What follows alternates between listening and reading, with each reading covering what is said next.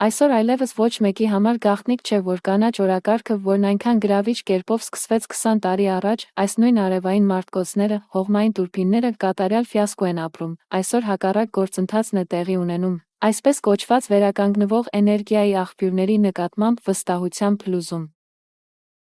Քամու և արևի էներգիան չափազանց անկայուն է եվրոպական շատ երկրների էներգետիկ կարիքները բավարարելու համար և ոչ միայն։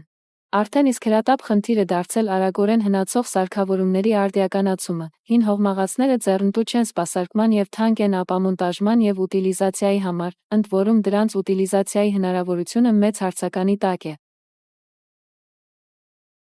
Նույն բանն է կատարվում նաև արևային վահանակների հետ, չխոսենք այն մասին, որ կլիմայական փոփոխությունները տեղի են ունենում սրընթաց, փոթորիկների, ուժեղ քամիների և այլ աղետների տեսքով, որոնք պարզապես կործանում են դրանք։